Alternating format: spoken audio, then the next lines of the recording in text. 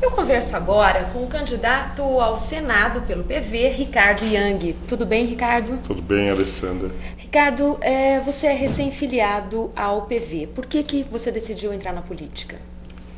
Eu decidi entrar na política porque nós estamos vendo uma deterioração da representação partidária no Brasil.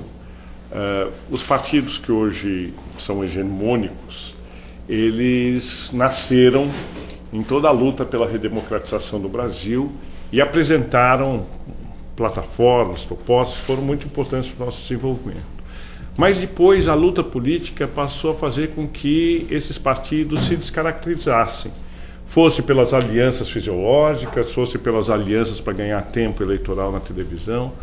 E nós estamos diante de um momento muito importante no mundo e para o Brasil, que é a transição de uma economia não sustentável para uma economia sustentável.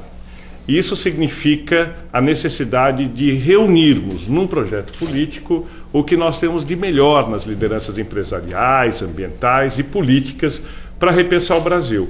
E foi isso que me motivou. O senhor tem identificação, como acabou de dizer, com o movimento de responsabilidade social e também de sustentabilidade. Quais são os seus projetos nessas duas áreas? Nós temos que pensar seriamente numa agenda verde para o Brasil. Parte dessa agenda já começa a acontecer. Nós tivemos a Lei das Mudanças Climáticas em dezembro do ano passado, mas que precisa ser totalmente regulamentada. Nós tivemos agora a aprovação do Programa Nacional dos Resíduos Sólidos, que é muito importante, porque eu não sei se quem está nos assistindo tem consciência do quanto isso vai mexer na forma de produzir e na responsabilidade social das empresas. Então, quando nós discutimos uma transição tão importante quanto essa, de uma economia tradicional para a economia sustentável, nós temos um conjunto de novas legislações que precisam ser trabalhadas. Só a regulamentação da Lei das Mudanças Climáticas, que impacta todas as cadeias produtivas, vai exigir um trabalho de uma bancada comprometida com essa questão da sustentabilidade. Em relação à queima da palha da cana-de-açúcar, que é um problema recorrente aqui na região, embora haja aí um avanço da mecanização das lavouras, qual é a sua opinião? Eu acho que nós temos que acabar com a queima da cana nas lavouras. A questão da poluição, o uso de mão de obra intensiva na indústria da cana tem sido alguns dos poucos aspectos que essa indústria precisa superar para ser uma das indústrias mais verdes no mundo. Eu tenho tido contato estreito com a Única e com o seu presidente, o Marco Janck, e podemos dizer que hoje é uma consciência muito clara nos usineiros, nos produtores de cana, de que essa indústria pode ser um exemplo de uma indústria que se renovou e se adequou ao século XXI.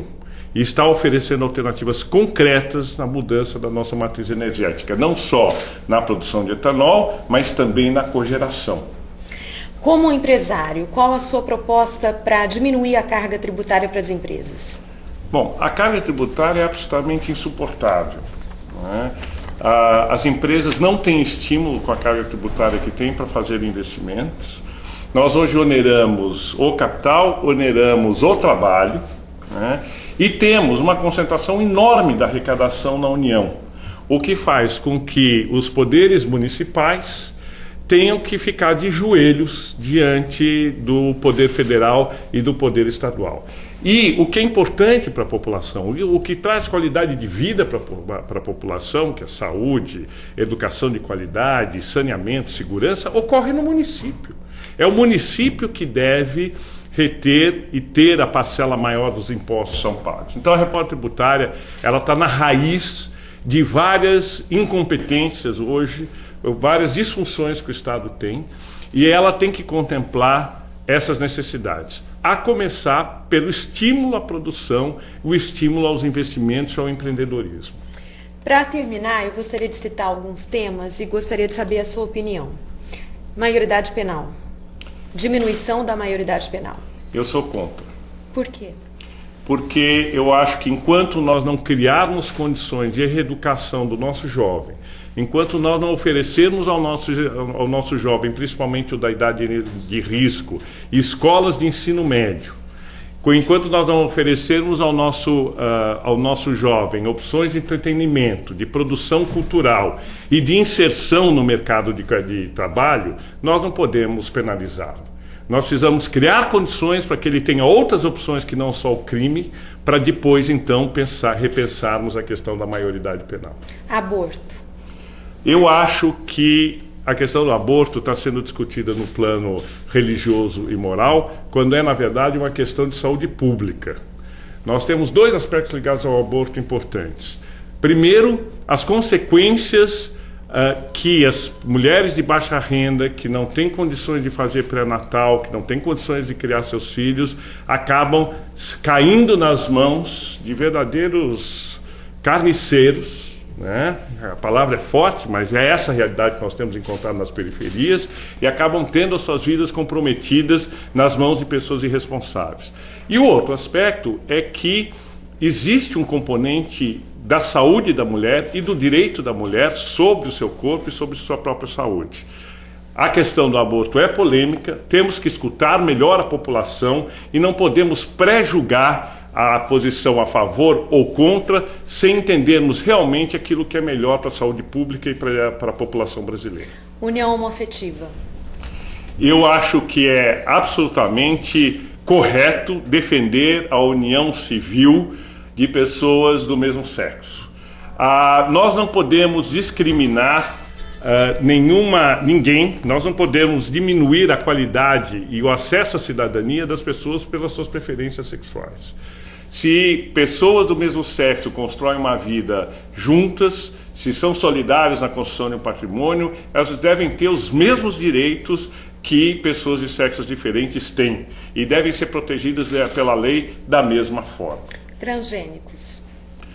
Os transgênicos, nós conhecemos muito pouco sobre os transgênicos. A natureza é sábia. Se nós temos hoje o grau de evolução que nós temos, foi resultado de um processo de tentativa e erro que a natureza vem produzindo há milhões de anos. A ideia dos transgênicos ela é inicialmente atrativa porque ela pode resolver vários dos desafios que nós temos de produção, de combate à fome, etc. Mas nós não temos consciência das consequências na cadeia genética das próximas décadas em relação à manipulação dos transgênicos. Então, eu não sou contra, mas acho que é uma coisa que precisa ser conhecida, aprofundada e precisamos ter políticas públicas claras a respeito dos transgênicos. Para terminar, a biotecnologia, de embrião humano, células troncos.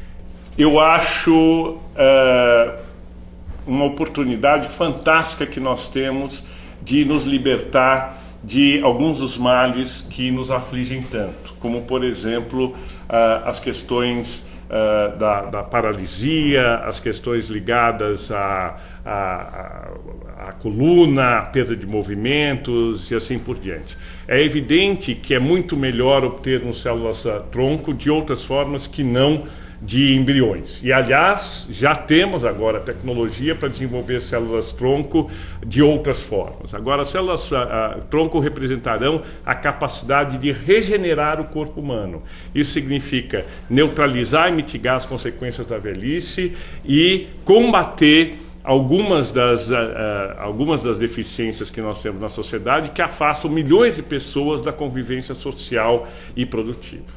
Tá certo, muito obrigada. Muito obrigado, Alessandra, muito obrigado à Cidade Aberta pela oportunidade de estar aqui com vocês.